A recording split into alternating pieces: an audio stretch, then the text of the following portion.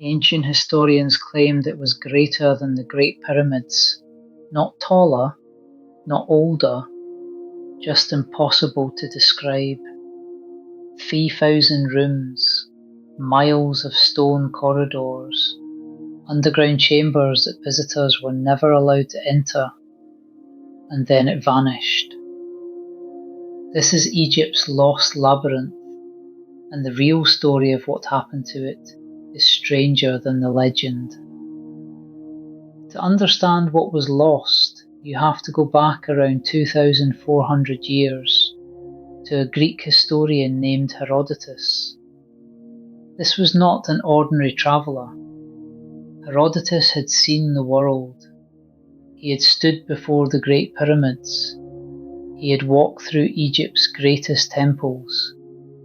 He had witnessed monuments that had already stood for 2,000 years before he was born. Very little surprised him, until Hawara. Near a quiet stretch of Egyptian desert, he found something unlike anything he had seen. An enormous complex sprawling beside a pyramid.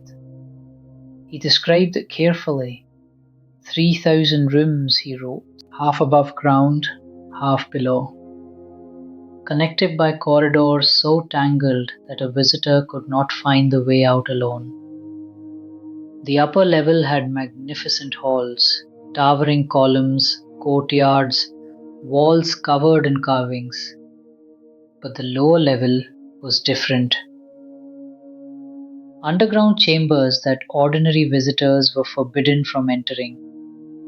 Herodotus asked to see them. The priests refused.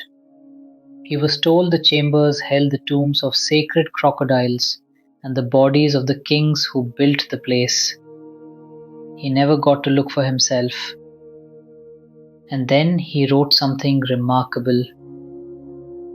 He said, "Words alone could not describe this building. From a man who had already stood at the pyramids, that is a strange thing to admit." Now here is what makes this more than one traveler's exaggeration. Around 300 years later, the Greek geographer Strabo visited Egypt. He described a massive complex at Hawara, same location, same layout, same forbidden lower level. Later, the Roman scholar Pliny the Elder described it too.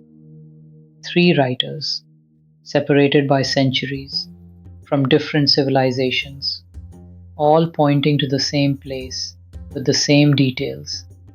Something extraordinary stood here. Most archaeologists credit the complex to Pharaoh Amenemhat III. He ruled nearly 4,000 years ago, and his pyramid still stands at Hawara today. You can visit it. Almost nobody does. No tour buses, no crowds, no gift shops. Just a crumbling mud brick pyramid in the desert, with almost nothing left of the thing that once stood beside it.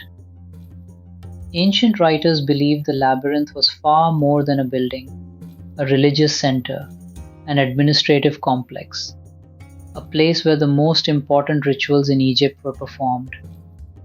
But the underground level stayed a mystery even then. Every ancient writer mentioned it. Not one of them described what was inside. The modern search began in the 1800s. British archaeologist Flinders Petrie arrived at Hawara and started digging. What he found was staggering. An enormous stone platform. Foundations stretching across an area larger than the great temple complexes still standing in Egypt today. Fragments of carved columns and statues. Clear evidence of something gigantic that had been taken apart piece by piece. And here is the answer to the mystery of how a building this size disappeared. Nobody hid it. They recycled it. In the Roman period, the complex became a quarry.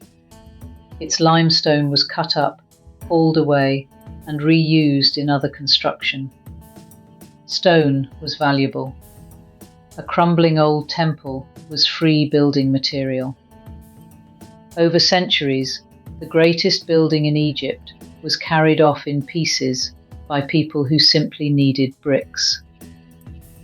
That is how you lose a wonder of the ancient world. Not to a conspiracy, to indifference. But that still leaves the underground level, because Petrie could not reach it. When he dug down, he hit water. Hawara sits beside an ancient lake, and the water table is high. Whatever lies below the surface has been sitting in groundwater for thousands of years. In 2008, a research team returned with modern ground-penetrating radar. The scans reported structures beneath the surface, large formations, still buried. The team believed they had detected the lower level of the labyrinth. Their findings were published, and then they were disputed. Other specialists argued the readings were not conclusive, and that radar in waterlogged ground is notoriously difficult to interpret. No full excavation followed, not because of a cover-up, but because of a genuinely hard problem. Excavating a flooded site below the water table is expensive, technically difficult, and risks destroying whatever is down there in the process. So it sits, unexcavated, unresolved. Think about where that leaves us. 3 ancient writers described a building greater than the pyramids. A Victorian archaeologist found its foundations and confirmed the scale was real. Modern radar hinted at something still below. And the last chapter has never been opened because it is underwater. Today, the Great Pyramid receives millions of visitors a year. Hawara receives almost none. A structure that Herodotus said defied description lies scattered across the world in other people's walls, with its foundations sunk in groundwater in a quiet corner of the Egyptian desert.